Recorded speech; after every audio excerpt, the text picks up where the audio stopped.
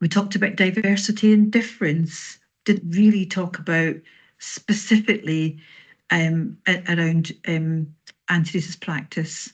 And there was some resistance there as well in terms of resistance by our students, but even so from some of our own teacher education colleagues, ignoring issues of racism, power and whiteness within teacher education, within education more broadly. Actually, I'd written a piece for the Runnymede Trust in 2020 where I'm arguing that whiteness and racism are conversations that are missing within Scottish education.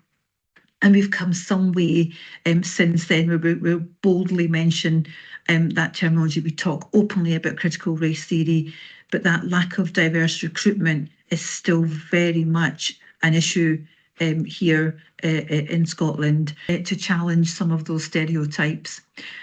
But for me, this is really close to my heart in terms of the racial literacy and teacher educators, and it's, for me, it's an essential part of the component, not an optional part of it.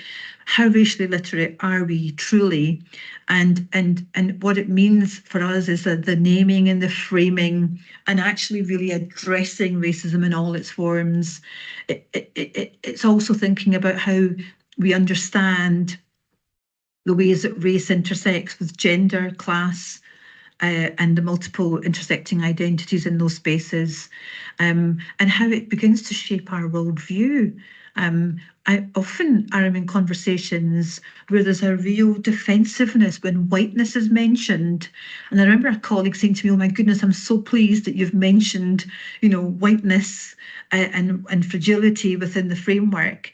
And I think it's really important for us to push through some of that discomfort, and the argument, that a leader, a teacher educator, a teacher who can really deconstruct some of that is far better positioned to see perhaps why some of our pedagogical and curricular patterns might not be fit for purpose. And this is where that change begins. And this is where I think that leadership begins in that space.